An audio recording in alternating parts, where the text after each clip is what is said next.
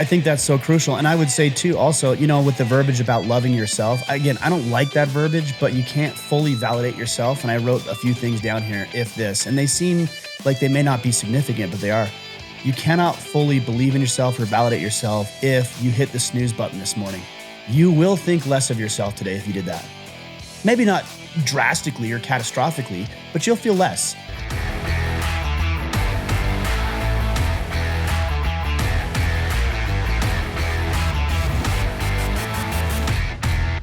Kipp, I am running on a low battery today. I just got back from the event in St. Louis, which was phenomenal, but you've done events with us, and when you pour into something like that, whether it's an event like we did, or maybe it's a man who's giving his daughter away at a wedding or some sort of business function, we pour so much into those types of things, and then you're just exhausted emotionally and mentally.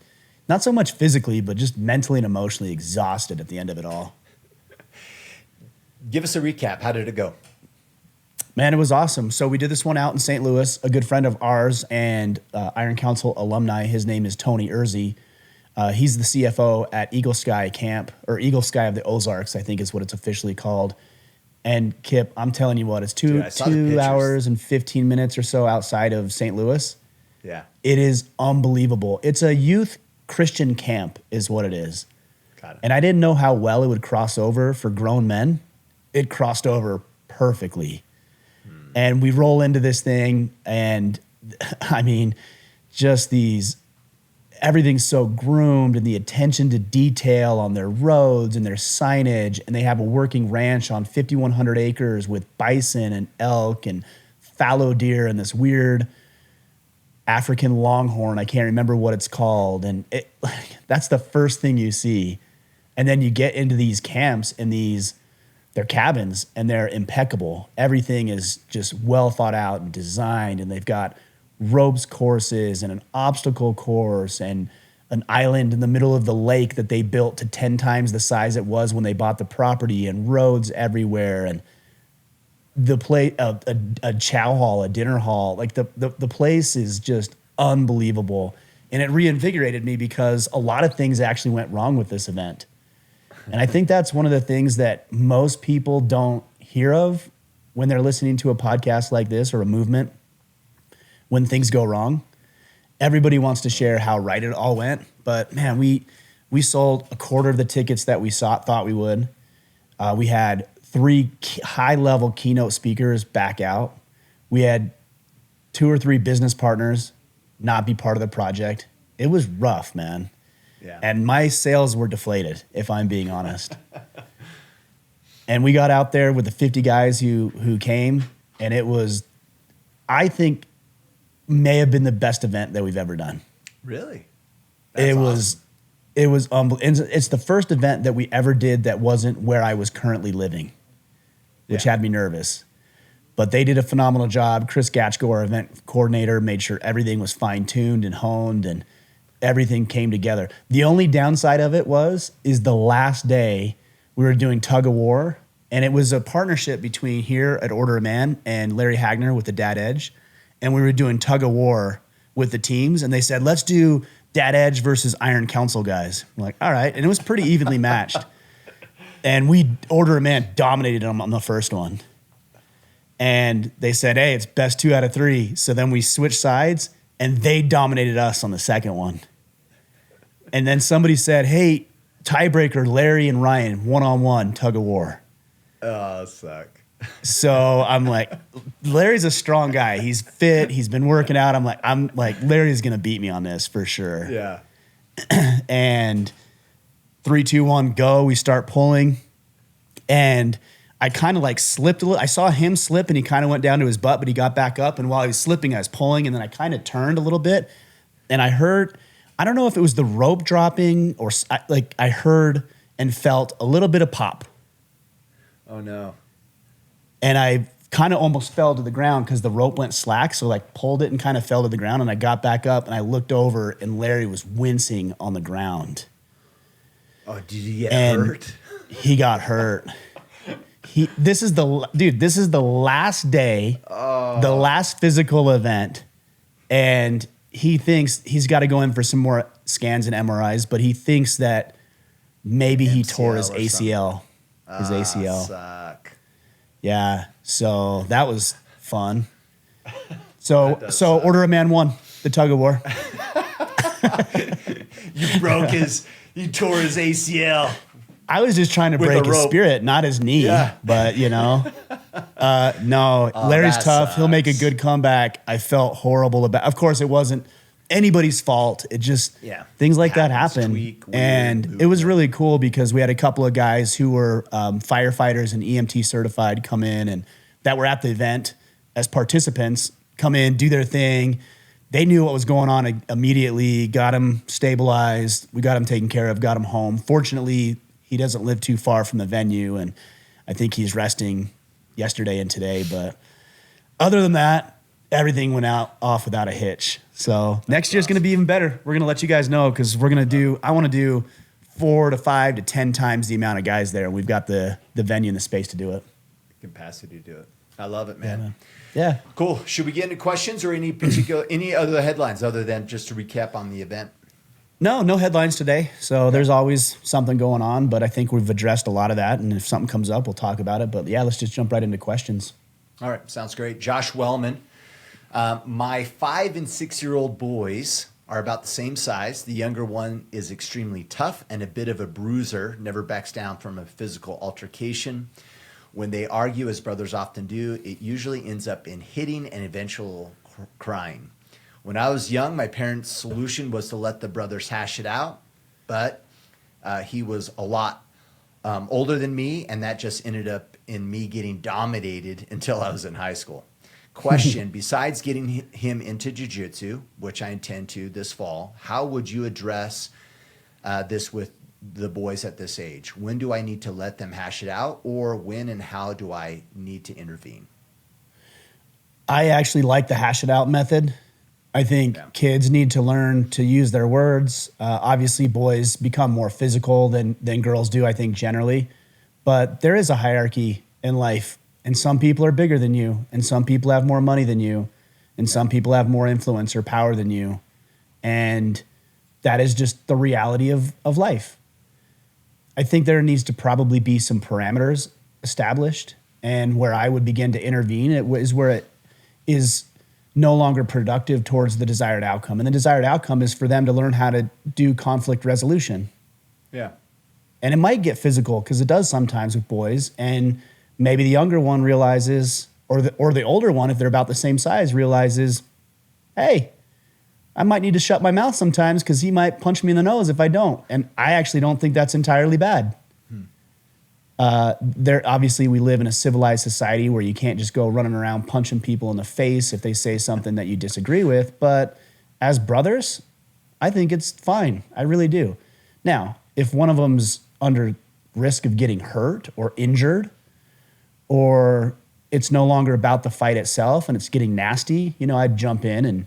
But at the end of the day, when that fight or argument or debate or tussle is settled, then you AAR it. And if you don't know what an AAR is, it's an after-action review. So you sit down with your two boys and you're like, all right, guys, you hashed it out. You had it out. You threw some fists. You got a bloody nose. You got a scraped knuckle. Now let's sit down. Can we talk about this? And then you fill in the blanks. And you start telling them why we need to respect each other, how we respect each other, how we settle issues, why this is important, why that's important, learning to forgive, learning to overcome, moving forward. It's like, you're going to be in the house for the next 18 years together, so we got to figure this stuff out. But I think the AAR is what a lot of parents will miss, especially old school parenting says hash it out. But And then the they new stop school, arguing. You're like, oh, it's done. it's done. It's resolved. Yeah, It's not no. resolved. There's so much more there that you can step in with and help them figure out.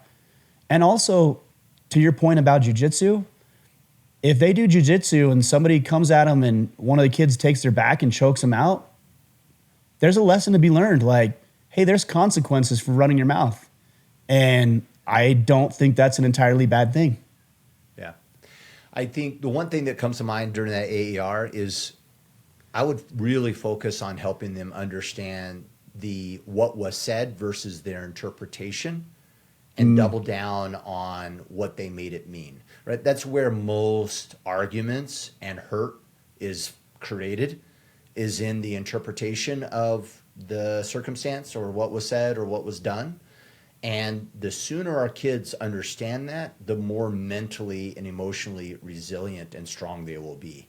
But if it's always like, well, he said this and he hurt, no, right? You got to own what's within your locus of control and realize what's outside of your control. You can't control what people say, but you can control how you react, right? Or what you make it mean. So I'd really double down in that conversation. The more they learn that, the more, right, out in the real world, at school, and other circumstances, they won't be a victim of what is said and done around them constantly. I think that's a really good point. Maybe even to get tactical on that, it might be, hey, boys, what are you upset about? And your youngest might say, well, he said this to me. And then you ask a follow-up question.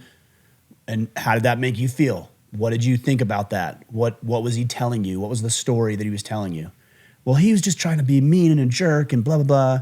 And then you're like, okay, got it, noted.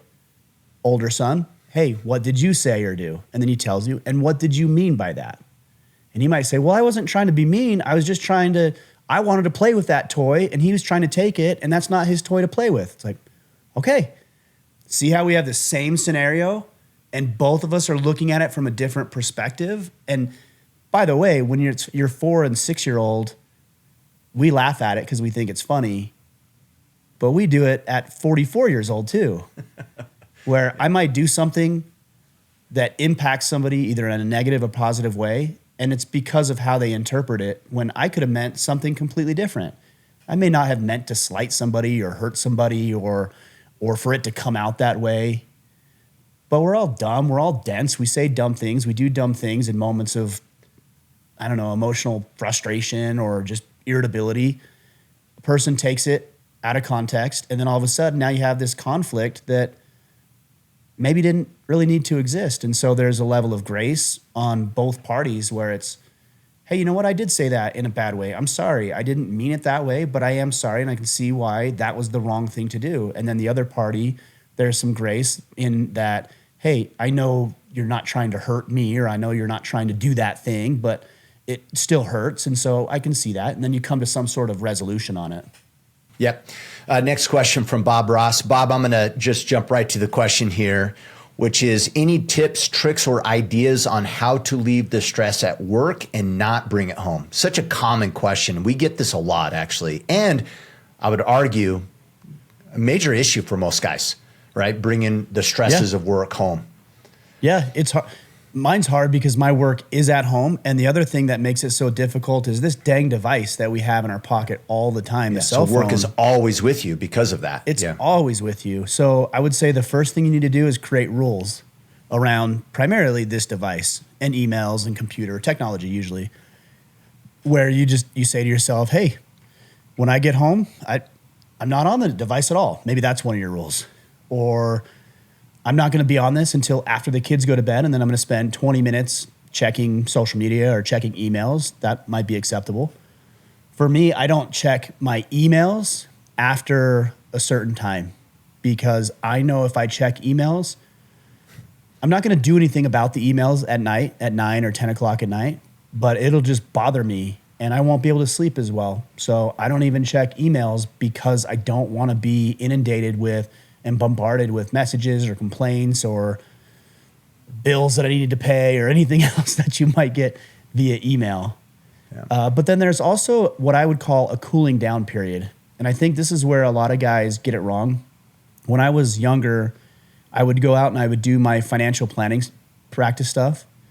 And then I would drive home, which was about a half an hour drive, and I would listen to Sean Hannity or Mark Levin. And I'd get home and my ex-wife, she's like, oh, you listened to Hannity on the way home, didn't you? I'm like, yeah, why? She's like, you're agitated. and I never really gave myself any transitionary time between tasks. And I think that's important. You know, when one of my kids who plays sports, primarily in high school, you know, I watch my oldest play lacrosse. He goes to the field early. He gets his warm-up shots. They've got this big speaker where they, you know, listen to music to get them hyped up because they understand the importance of environment to create a desired outcome. When I go to the gym, I put on particular music, or when I go for a run, I put on particular music because it's conducive to the result that I desire. But we don't often think about that when we're transitioning from work to home. And so we'll get done with work and then we'll put on a podcast that bothers us, or we'll listen to this is a lot that I did, listen to another self-help type book. And then I have to go home and I'm all fired up on this self-help stuff. And I have to go home and jump on the trampoline. I'm like, I don't want to do that. I want to build a funnel. I want to sell my products.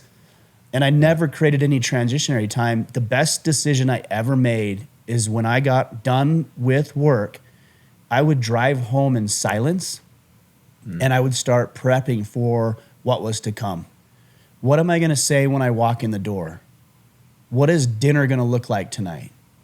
When we're sitting around the table and talking with our kids, what are the conversations that are going to be had? If tonight could go perfectly with my family and I, what is that going to look like? If there's sports that I need to get involved with or go to practice or games, and we've got multiple kids doing multiple sports, who's going where, when, what, how, why, whatever.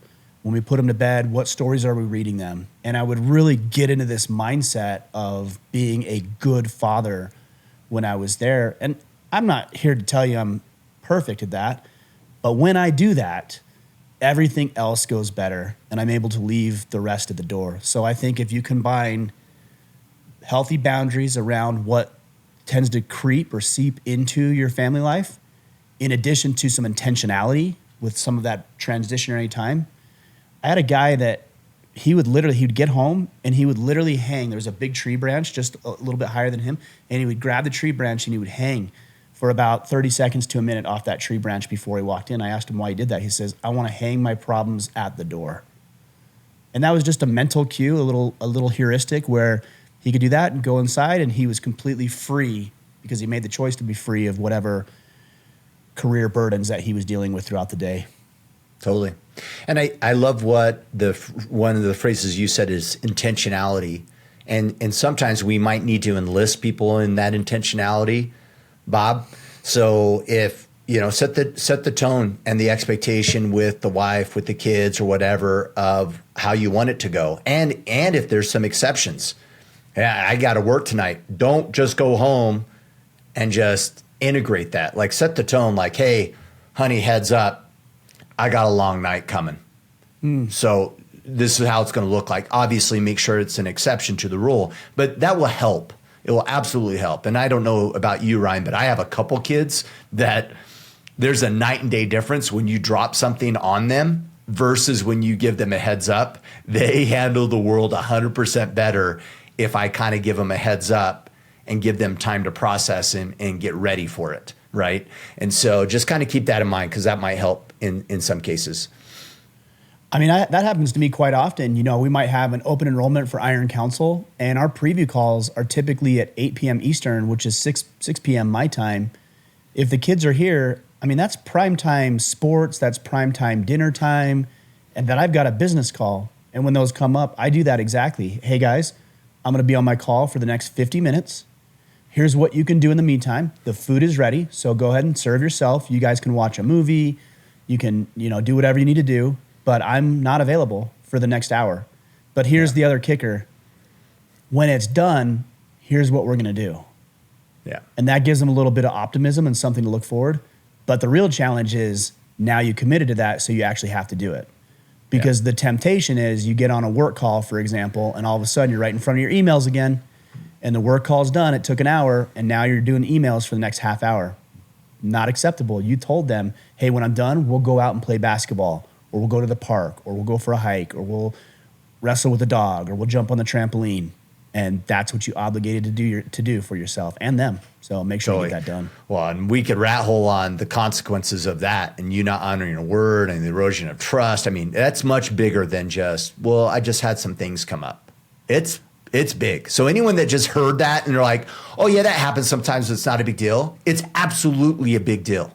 If you say you're going to do something, especially with your kids, you got to do it. Do you want to hear something? Have a great reason for not doing it. That's not good enough. It's not. Sorry. Do you want to hear how important this is based on something that I perceived as a silly request from my daughter? This will underscore exactly what I'm talking about.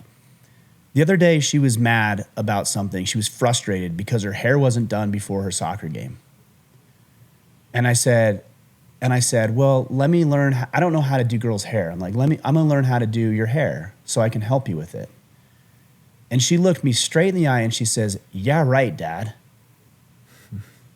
And I said, what do you mean? Yeah, right, like I can't figure it out? And she's like, no, I think you can. I just don't think you care. And I said, what? Why do you say that? And she's like, because you've told me that a dozen times and you've never looked at YouTube, you've never figured it out, and you've never done my hair. So I don't believe you. That hurt. And it's seemingly a silly, non-important thing, but it was important to her. And man, doing her hair, that doesn't sound that enjoyable to me, but it's a commitment that I made, that I dropped the ball according to her, and her perception is her reality, at least a dozen times. And now she doesn't believe me. And what else will she not believe me about? It's crucial. Yep, absolutely. I got work to do as well. You know, Bob's question is great, and I know Bob's intent was around coming home, but I think there's a bigger conversation here around just intentionality around whatever it is that we're doing. And I bet there's a correlation between guys who bring work home to the guys that weren't 100% at work. And that were probably distracted at work, and was playing on social media at work, and now they're like juggling, trying to get the things done that they meant to get done at work. Now that they're home, and we talk about this, the power of us starting on Mondays and being super intentional. It's like, man, I would challenge everybody to think this might be a bigger thing than just hanging up work when you transition home. It's also about, how was work? How productive were you at work? Did you kill it at work? It makes a hell of a lot easier to hang work up when I did work really well. Yeah. And it makes a lot easier to enter home and go back to work when you were at home in a very intentional way. And so a lot of this is just about the intentionality of whatever it is that we're doing, and getting past this idea that I can multitask, that I can play with my kids and play on my phone at the same time, and it's all good. I mean, it is so, I don't know. We could probably reference so many materials around multitasking not being an effective way to do anything, and the importance of being present. Right. Yeah, for sure. Cool. Okay, what's next? All right, Scott Brookins, he makes a massive assumption here that you're an alpha. But regardless, his question, do you ever get tired of being an alpha? Does the pressure of everyone in your circle looking to you as a leader ever weigh on you? Yes, of course. Of course I'm an alpha. I don't know about the rest of it, but no, I'm not. I would never use that phrase. And even if I did, I don't think I'd fall into that category, because I know myself personally, and I don't feel that way. But yeah, the pressure of performance, the pressure of leading, the pressure of being a man is hard. It's really hard. You got to get people to follow you. You want to be influential. You have to work on yourself. You have to cast vision. You have to keep people on track. You have to administer accountability, oftentimes discipline, and it can be really, really heavy. And in addition to that, we have a culture that does not promote men's health. It promotes men's isolation. It promotes disconnectedness. It promotes stuffing the way that we feel about things into a jar and never to discuss ever again. And it becomes hard.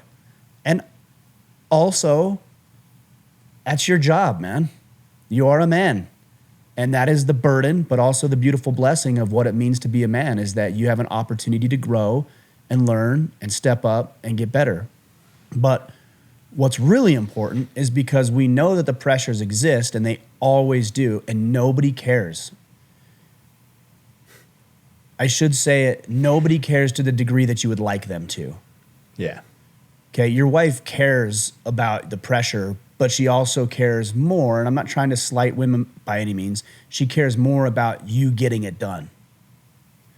Your kids love you and they care when you're having a hard time, but they also care about making sure that you're hanging out with them and joking and laughing and making them food and putting a roof over their head. Your friends care about you and they want you to win, and they'll get on the phone when you're having a bad day or a hard time. But at the end of the day, they also have their own stuff that they're dealing with, families and careers and struggles, and they can't pour into you the way that you might want them to.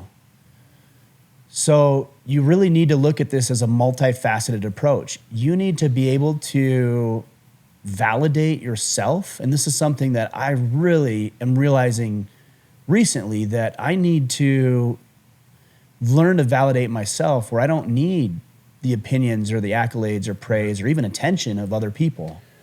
So that when we're facing these hard times, I can turn inward and muster up the courage and the strength and the fortitude to drive on. I also think that you can get a lot of that from having a spiritual belief, a belief in God, a belief in a higher power, a belief in certain values that are going to drive and propel you forward.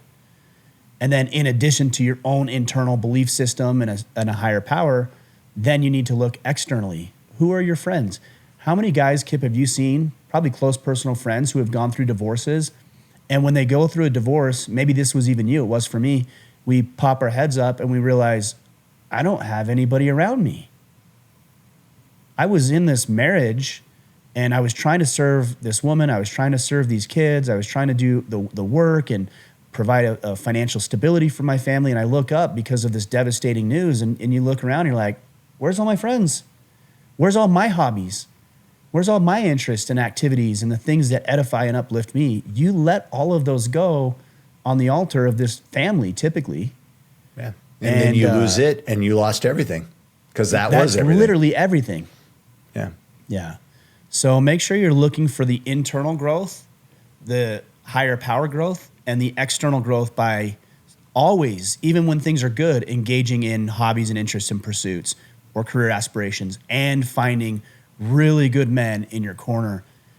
I think your wife should be a very supportive person for you. I don't think you should share everything, but I don't think you should ask her to support you the way that maybe another brother ought to do that. But in the absence of having a good male friend, you put it on her shoulders, and she's not designed to deal with it the way that men are. It's not bad. It's just a different way of approaching life. Yeah. It's interesting. What's the language that you use, Ryan, for like self-confidence? You didn't use that term. You used something else. Just that self-validation, I think. I think I said self-validation, to be able to know that you're enough, that you're doing good work, that you can love. I am a little hesitant on the love yourself verbiage. It's not my favorite verbiage, because it becomes a little self-centered, but you can care enough about yourself to take care of yourself. Totally. And I wanted to call that out because I want to make this distinction. If you don't, then when you lead, you won't be leading people with the right intention. So if I lack the self-validation, the self-confidence, now when I'm leading, my ego comes into leading. And now I use the leading as a form of validation, which serves me and maybe not those that I'm leading. So a lot of this is, obviously we want to be somewhat independent and have some self-confidence, right? But it's so we can serve those better. Because otherwise it will trickle in to being a father, it'll trickle into being a husband and a community leader and whatnot, and you will undermine how you will be serving other people, because it will be more about your ego than it will really be about the intent of serving those other individuals. Does that make sense? Yeah, absolutely. Yeah, I think that's so crucial. And I would say too, also, with the verbiage about loving yourself, again, I don't like that verbiage, but you can't fully validate yourself. And I wrote a few things down here, if this, and they seem like they may not be significant, but they are. You cannot fully believe in yourself or validate yourself if you hit the snooze button this morning. You will think less of yourself today if you did that. Yeah. Maybe not drastically or catastrophically, but you'll feel less. Yeah. You can't validate yourself if you didn't work out this morning if you said you're going to go work out. If you ate disgusting food that makes you feel like a slob. If you ingested poison, drugs, or alcohol. If you didn't make all your sales calls. If you didn't check in on your wife or your kids today. If you can't see your dick because you're 100 pounds overweight, every time you look down. Like, these are all things that you're not going to be able to validate yourself. But the opposite is also true. If this morning your alarm went off at 6 a.m. and you got right up, you're going to love yourself a little bit more. If you went and did that workout that you said you were going to do, even if it wasn't the best workout that ever could have been, you're going to love yourself a little bit more. If instead of eating that gross burger or whatever you were going to have and fries at Burger King, you went to the grocery store and you got yourself a chicken salad or a piece of chicken and some vegetables to go with it. If you resisted the temptation to drink or to subdue yourself in some way, if you hit all of your sales calls today, if you look in the mirror and you notice that you're down 2 to 3 pounds and you're starting to lean out, or there's certain lines that you see that you haven't seen before, those are all so controllable by yourself. And what you need to do is just create 1,000 micro wins per day so that when somebody else says you're an asshole or you're a piece of shit or they're mad at you or your boss is unhappy with how you did on the sales call or your wife's upset because you guys argued last night or your kids are irritable because they're dealing with something at school, you're unfazed. Yeah. You're like, it's okay, guys. You can have bad days because you know what? Dad's here and I had a dang good day today. Yeah. And I don't need you to tell me I'm a good person because I know I am. Look at my track record today. And the flip side of this, Ryan, is I skip my workout. I'm overweight. I eat like shit. I'm out of integrity at work. And then what do? Oh, I need validation. Yeah. And when the wife doesn't show up the way you would want her to show up, then it's her fault. And then you start allocating blame around all these things outside of your control that is dictating the quality of your life. And now who's in control? Not me. It's everybody else around me. And they don't see my value. They don't appreciate me. Woe is me. Woe is me. And it's a perpetual negative downward spiral of control that you've given over to someone else. When in reality, all that you had to do really to get on a positive path is start executing on the things that you can control. Well, and it's not just it's not about just giving control to somebody else. I've noticed for me personally, in a lot of ways, it's about controlling other people. Yeah, well, because right? You're not taking accountability, so you need them to do it. So now you manipulate everybody else. Yeah, that's a great point. So I need to be validated because I know I didn't do what I should have done. So now I need to call you, Kipp, and say, hey, Kipp, and I'm fishing for compliments and I'm fishing for, you making me feel good because I know, but you know what I can do? I can trick you.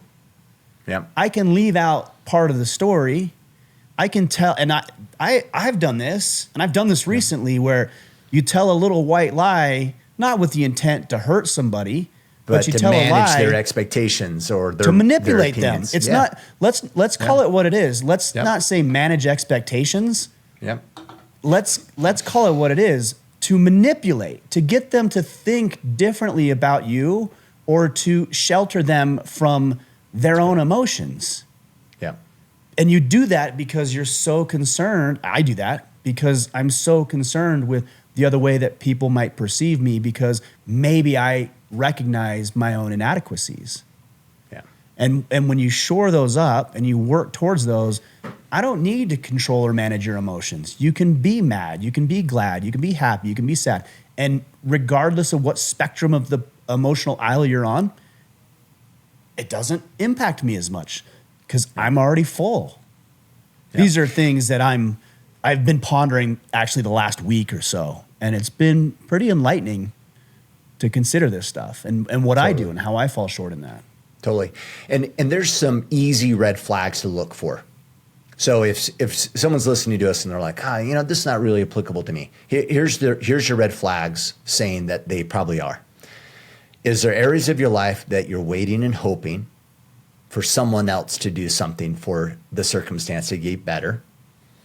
You're making excuses for you not doing or doing something, and you're allocating blame. If you are doing one of those three things, the probability is that you're not stepping into a position of ownership of your life. There's one more that I mean, there's probably a lot more, Yeah, but there's one more that came to mind.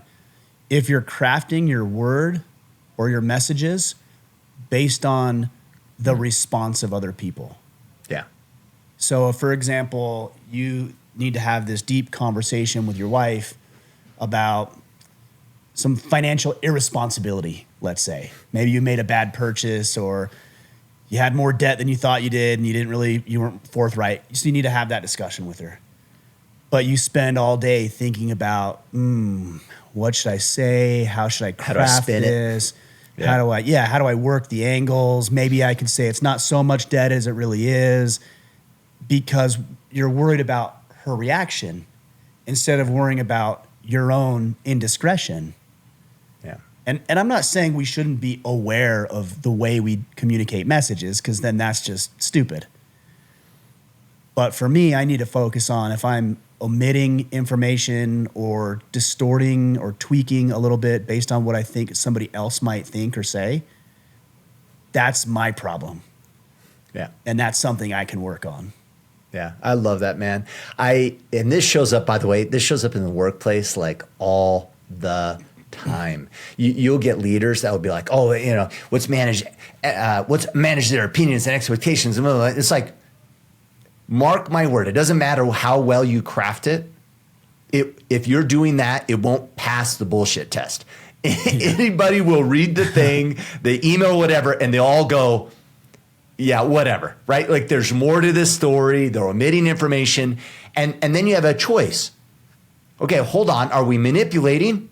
Or maybe the thing we're doing we shouldn't be doing is wrong. It's wrong. So let's just not do that stupid ass thing that we have to be so damn concerned about how we communicate it.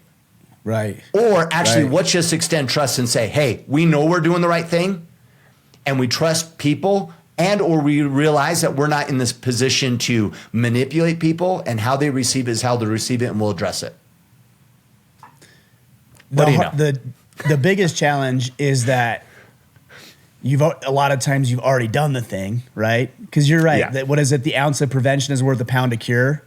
Yeah. So you've already done the thing, but what I would suggest to you is, we need to stop digging, and then start making just better decisions moving forward. And for me, it's the realization that if I'm tempted to lie about something, then just don't. Yeah. Even if it's going to be a little painful to you or somebody else, just don't. Make that a non-negotiable. And that's one of the things I'm working on, a million things in my own inadequacies, but that's one of them. Yeah. Well, and as we go on to this other question, I mean, let's be frank. We're saying all this. This isn't like, I don't think this is in the category of state of being. I think this is a constant choice over and over and over all day long, throughout the entire day, all day tomorrow. I mean, because it's so easy to do these things, right? And not do the right thing. Well, and self-preservation is such an ingrained part of us. So you mess up at work and you're behind or over budget on your project, and you tell your boss. I remember one time. I remember it like it was yesterday. I was a store manager of Journey Shoe Store, and our regional manager was down in Vegas, and I think we went down there for a conference or for something. And we get there, and Tim wants to get a report on how the stores are doing. And so he goes through, and there's 4 or 5 managers, and he goes through, and I'm the last one. And he goes through and he says, what's your sales? What's your sales today? What's your sales today? And everybody's knocking it out of the park. He comes to me and I'm like, and I just made something up. That was you didn't a have your total number. lie. Yeah. I had the number, it just wasn't good. Got it. So I made up this random number, and then as soon as I said it, I'm like, well, number one, you lied. And number two, he has access to the reports. Yeah. It's not like he's gonna be like, okay, sure, and then that's it. Like, he's gonna look at that. And you know what I did? Instead of saying, no, I lied, you know what I did? I threw my employees under the bus. I said, they told me wrong. And I threw them on. So I lied to them. I threw my employees under the bus, and then I lied again to fix the first lie. This stuff is really, really devious and hard to overcome at times. Yeah, absolutely.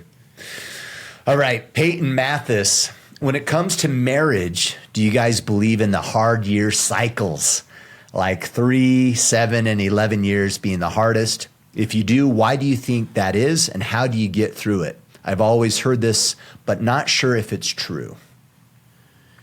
I think there's cycles of a marriage. There's cycles of a relationship. Absolutely. I don't And they know might if it's happen 3, 7, and 11 years. show up around 7. Yeah. Right. I don't know if that's a hard and fast rule where you need to be extra vigilant at year 7 and 11. I don't. And don't worry about the other years. They'll be fine. Yeah. Right. But yeah, of course there's cycles. And you know why there's cycles is because you have a conversation, let's say things are firing. You know, you're fairly new married, you're excited, the sex life is good, she's excited, you're excited, maybe you're doing some family planning, your career's starting to grow, you just bought a new house. Bro, that's Life's easy. Good. Yeah. That's easy. And then what do? You start to coast and you start to become complacent and you think, oh man, I'm awesome, I've got all this. But what we need to understand is the results are they're lagging indicators of what's actually happening. So for example, if you're not very financially prudent because you think you just got this raise and everything's good and I'm not going to be prudent with my money, you're not going to experience the hardship of those decisions for maybe 6 to 9 to 12 months. Yeah. And so you end up doing it for 9 months before you realize, oh boy, there's a problem here. Or maybe it's, you know, your wife's pregnant and she's got the baby and she's having a hard time and she's going through difficult things with her hormones and having a human being growing inside of her. And maybe she's not as frisky with you as you'd like, or maybe she's not as communicative as you normally are. And so in your perception of her neglection, you start to neglect her. Yeah. And then in 3 and 6 and 9 months, all of a sudden it's like, I feel like I'm living with my roommate. And then what do we do when we have those times? We fix ourselves. So your wife is frustrated because you're not connected, and so you become more connected. You have a unexpected bill come up, and you're like, oh boy, I need to manage my money better. And you do. And then lagging behind it is improvement. So you start making good financial decisions. You put a little more money in the bank. Your wife and you are feeling better. You're more intimate. You're going on date nights now. And everything seems wonderful. And you're like, we're good. And you start making bad decisions. So yes, it's all cyclical. The key to this, I call it the accordion effect. It's the accordion effect, and I dubbed this the accordion effect when I was doing my financial planning stuff. But I'd go out into the business world, and I'd go out and I'd do my sales calls, and I'd get referrals, and I'd hustle, and I'd get a bunch of business, and it was awesome. In the financial world, it takes about 6 to 9 months on some things to get paid for the work that you did 6 to 9 months earlier. So I'd go out there and bust my butt and get it all done, and now I'm starting to have money come in, and I see it, and I'm like, oh, this is awesome. Money's coming in, and then what would I do? I would stop doing the sales calls. I would stop asking for referrals. I'd stop calling existing clients to maintain my relationship. And 9 months down the road, it's like money dries out. I'm like, what's happening? So then I'd go back to hustling, but it takes 6 to 9 more months to grow that up. Yep. So it's just this constant, just accordion. Instead, what we ought to be doing, whether it's working out, communicating with our wife, dealing with our finances, is slow and steady. I'm going to do these 4 things every single day for the rest of my life. Whether I'm in a good position or not a good position, this is part of the reason programs like 75 Hard work in the short term, because come hell or high water, you have to do 2 workouts a day. It doesn't matter if it's snowing or there's a monsoon or you're on vacation or you're doing this or that. It doesn't matter. You have to do it. And if all of us approached our life more like that, where maybe I'm not in a good mood, but I'm still going to go work out. Maybe I'm a little under the weather, but I'm still going to record a podcast. Maybe I'm not feeling awesome about the day, but I'm going to get home and still ask my wife about her day. And you just commit to doing it over and over again, every day, forever. Totally. Do you remember Stephen Covey? And he had a demonstration that he would use around first things first. Do you remember that with the rocks? With the rocks, the big rocks and the little rocks? Yeah. He'd put the big rocks in, and then and if you put the little rocks in the pot first and try to fit the big rocks, they don't fit, right? But when we prioritize the big rocks and then pour in the little rocks around the big rocks, it all fits. And I've heard this analogy used as the whirlwind. Life will keep you busy. Oh, absolutely. Without you prioritizing any rocks. And so if we're not intentional around the rocks, then it will get away from you. And it's crazy how much we have covert contracts or unspoken expectations of what something should be like. And the whirlwind kind of keeps us distracted from not addressing it. And then 7 years in, you're like, I'm done. I've reached my max. It's never changing. This thing, that I haven't addressed forever is now just, I can't deal with it anymore. And this is where we get these people in relationships where it's like, oh, they're done. They walked out. What was the issue? I have no idea. They kind of didn't, to some extent, sometimes. Why? Because it was never communicated. It was never addressed. It was never, the expectations were never even talked about. But they had this idea of way it should be, or wanted it, or they had priorities that were important to them. It was never said to anybody. And it's why you just take that baseline of just what marriage might look like in that example, and then you throw in difficult teenager, dying parent, lost job, changing hormones, new kids. Oh my goodness, right? Life will happen. And when those life events show up, it can get real hard, get really hard. You said something that was interesting as you talked about this thing with marriage. Like, she told me, I never knew what was going to, and we hear a lot of guys use the word, I was blindsided. Yeah. I was blindsided. I felt that way. I felt like she didn't give me a chance to fix it. And I actually believe that. That's true. Yeah. She did not give me the opportunity to fix it before she was already out. Okay, so there's that. And that's why people feel blindsided. And that's not fair, but let's silo that for a second. Yeah. That's your interpretation. Yeah. Right. But there were signs that I could have paid attention to. And so sometimes we'll say, well, nobody ever communicated it with me. Well, let me ask you this. Did you ask? Yeah. Or if you saw something going wrong in the relationship, did you say, hey, something seems off. We used to do this and now we don't. Or you seem irritable and upset about something. Or are you willing to bring it up? Or are you just as guilty of burying your head in the sand as she might be of not giving you proper chance to improve the situation? Yeah. Or how are you showing up in the relationship where your spouse doesn't dare bring it up to you? That's fair. Yeah. I mean, that may mean something in itself. Maybe they've tried. That's fair. And you punished them for bringing it up. Or you demonized that, well, you're never doing this. It's like, okay, got it. Learned helplessness. Got it. Doesn't matter what I have to say. It won't make a difference. Whew. Yep. Stuff. So much. I think I'm learning and coming to the conclusion that, there is space for somebody else's slip-ups, somebody else's contribution to the demise of a relationship, for example. Yeah, you can't take ownership of that, right? Yeah. There's space. And I haven't always been good at that of saying here's that side of the equation, but there is space for that in addition to the space that you can say, hey, I'm going to deal with all of this. But I'm realizing and learning, and people have helped me see this, is that I don't need to take on things that are not mine to take on. And I have a tendency of doing that. And I think a lot of other men do that, is we get so hopped up on this extreme ownership concept that we take on everything and we overlook any sort of responsibility other people have in the equation. And I believe if you're going to honor and respect people like we want to, then we ought to also respect the fact that they have a part to play in things that don't always work out the right way. And I'm going to be more honest about that because I think it's just it's a more well-rounded approach. It's a more accurate approach, and it will allow me to take on what I should, but not take on what I shouldn't. Yeah. In service of them and you.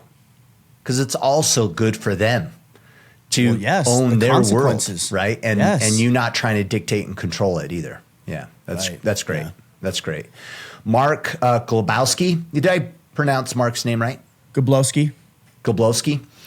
I think it's Goblowski. If a man is unclear about his personal value system and his code, how does he discover what is truly important to him and not just piggyback on what other men say is important? Not that it isn't possible to learn from others, but truly discovering his own code. I have some recent experience, and I think I can give a perspective that I have not shared before that most men have not. What eats at you? Like, what eats at you about the way that you showed up? We'll talk about this in two different ways. Do you hate being late for meetings? Like, do you really despise it and you're late and it just annoys you and it's obnoxious to you and it just eats at you and it bothers you and you feel like you have to apologize? You know what? That's an indicator that you just betrayed your value system. And your value system is respect. If I say I'm going to be somewhere, then I'm going to be somewhere. Integrity, respect. Let's say that you lie about something and it just bothers you and you apologize over and over again and you can't sleep because you're thinking about this lie that you told somebody and you try to come clean or you don't come clean, but you feel guilty about it. That's an indicator that honesty is something that you really, really value because it's eating at you. If it didn't eat at you, it means that it doesn't bother you. Let's say you go out and you sleep with multiple women and you don't care and you're a womanizer and you go out with all the women and do all the things and it doesn't bother you, then honoring one woman isn't a concern of yours. And I'm not here to tell you what's good and right or what values you should or shouldn't have. Yeah. I'm just here to tell you if you do that and feel guilty, then it's telling you you're abandoning your value system to some degree. Yeah. So that's one side of the equation. That's the internal value system. Then there's the external. When you see, let's say, Tom DeBlas, he's been on the podcast a couple of times. He's an incredible jiu-jitsu player. And a lot of his stuff revolves around, at least on Instagram, around bullying. Yeah. And he hates it. He despises it. You can see his posts, and I think he's absolutely right. That's an external thing that eats at him. It's gut-wrenching to him, so much so that he's decided that's so important to me that I'm going to not only be a protector in my own life, I'm going to work to help other people be a protector so they don't have to deal with that. Yeah.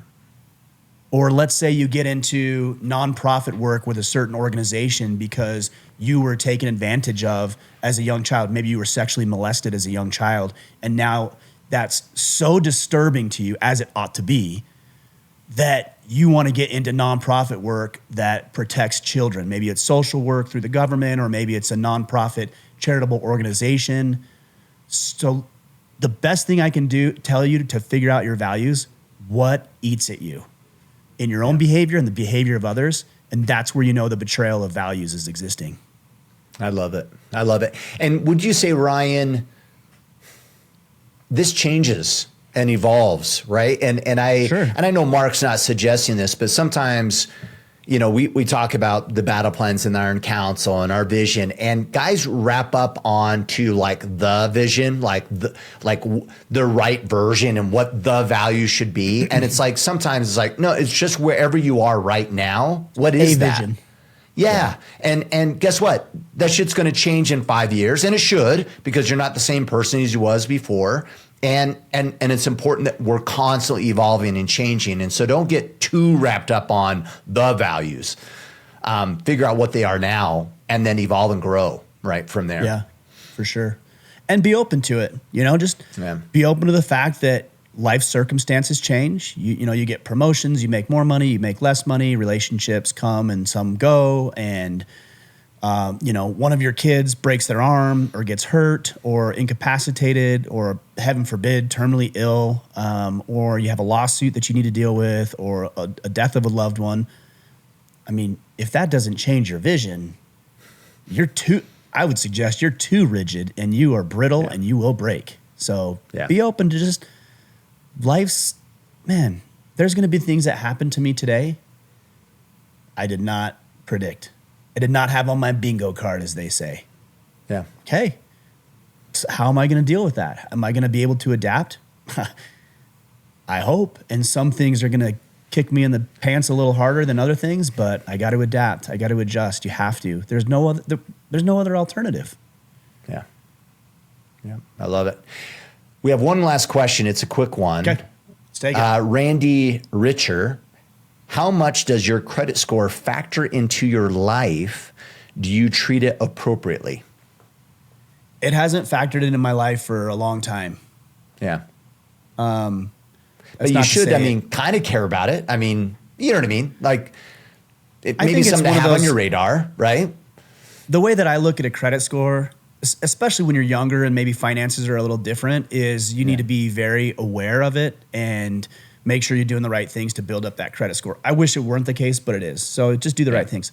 But this, to me, the credit score thing, we can talk about the efficacy of it. That's not really the route I want to go. But the credit score thing to me is like being fit. You can have goals of being fit. Like I want to have this much body fat, or I want to hit these weights. But at the end of the day, it's just down to the behaviors that you engage in. Totally. And we all know the behaviors. I know there's some manipulation with credit scores about having, so many open lines of revolving credit and how long credit has been open. But at the end of the day, if you finance a few things here and there, you pay your cards on time, and you do that forever, your credit score is going to be a non-issue. Yeah. But if you're constantly missing payments, it's just the outcome. Yeah. If you're constantly missing payments and you've never had credit before in your life, or it's too much, then of course you're going to deal with negative consequences of it. Yeah. I'm not going to tell you shouldn't worry about it, but it has not been a concern just because it's a byproduct of good financial management. Yeah. Yeah. And that's such a great principle. You'll appreciate this. It was really funny. So I had that keynote, was not last week, but the week before. And so I, little chat GPT, I went, hey, what is the ideal thing that I should eat today to be optimal at 3 p.m.? Okay. No brain fog, amazing energy. Like, what does that look like? What were the results? Oh, I already know. Probably the chicken, same damn results. Vegetables, and water. Yeah. The results I should be doing every single day. Exactly. Right? And that's why a diet isn't about necessarily, if you really think about it, a lot of diets are like, do this hard thing for delayed gratification of feeling good at one point. No. It's about feeling great today. Right. And win today and feel great today. And guess what happens, 30 days, 60 days later? Oh, you lose weight too. But if it's this future state thing, a lot of people will struggle with that. Why? Because they can't wait 60 days. And sometimes the mindset is, and I see a trend in our conversation today. It's like, win today. If you're at work right now and you're listening to this, win at work. Do great at work. And you'll feel good about it. And then when you get home, win at home. And what starts happening is great relationship with kids, great relationship with wife, progress in work. Right? But we have a tendency to just someday, I want these things at some future state, when in reality, the things that we need to be doing are on our lap right now. And we just need to win where we are. And those things will eventually happen. I would just give a little bit of a flip in the frame of reference on winning today. And I know we're maybe just debating semantics on this one, but I also think for me, it's helpful for me to look at this. You don't even need to win today. You just need to do the right things today. Yeah. Good point. Good point. And again, maybe a little bit semantical, right? But the principle is, because it may not look like winning. Doing the right thing. It may not look like winning. Yeah. Good point. Making all of your sales call today, you're not going to knock it out of the park today. You're going to set yourself up for next week. Yeah. Having the conversation with your wife doesn't mean like if you haven't talked with her on anything deep or meaningful for months or years, having a good conversation, a healthy, wholesome conversation, doesn't mean you're going to get lucky tonight, which we would all say is winning. So, but doing it will inevitably produce that result, and we shouldn't do it for that result, but it is a byproduct of the work that we do. Just do the right things. Figure out what those are. To Mark's point earlier, figure out what values you have and where you're abandoning those values, and then just let it ride, man. Just let it ride. I love it. All right, sir. I mean, calls to action. What do we have? Iron Council's not open for roughly about a month. I mean, battle ready. Are we still operating? Or actually, divorce, not death. You cut out what you said actually, and then you cut out. I didn't hear what you said. Divorce, not death. Oh yeah, divorce, not death. So we've got a course on managing divorce. It's not trying to get your wife back, trying to win her back. A lot of these programs do that, and there's merit to a lot of what I've seen out there. I'm not saying it's bad or wrong, but what we're doing is something a little different, where it's over. The relationship is over. You've gone through a divorce. Maybe you're already separated. Maybe the divorce is already finalized. Maybe you're on that path. But what do you do? What do you do with the legalities? What do you do with attorneys? What do you do with documents and paperwork? How do you begin to learn how to co-parent? What's the schedule look like? One of the hardest things for me in my divorce has been I went from doing half of the work 100% of the time to doing 100% of the work half the time. And that's a big there's things like doing my daughter's hair, making dinner. Before I was divorced, I never made dinner. That's my ex-wife did that. And now I have to do it. So there's all these sorts of things. And then eventually when you feel like you're in the position to do it, you'll want to begin to date again and look for another romantic partner. And what apps do you use? How do you present yourself? What's that first date look like? What's a new relationship look like? What do you need to learn about yourself so you don't bring your old baggage into a new relationship?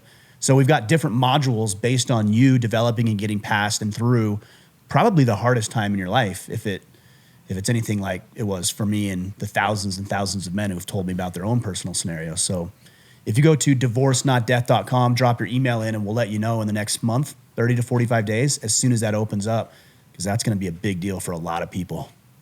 Okay. And then, of course, you can connect with Michler on X and Instagram at Ryan Michler. And stay tuned. Where do they connect with you, too? At Kipp Sorensen. Instagram. Pretty straightforward. And then stay connected really on uneventful. I know. And then stay connected on orderofman.com. We'll keep you guys communicated or updated around when enrollment opens for the Iron Council. I had a couple guys ping me recently of like, hey, I want to join. I'm like, well, good. Yeah, oh, sweet. Sign up, get on the newsletter, and you'll get communicated to. So awesome. Thanks, Kipp. Appreciate you, man. Guys, really good questions. As always, hopefully we gave you some good answers to consider. We'll be back on Friday. Until then, go out there, take action, and become the man you are meant to be.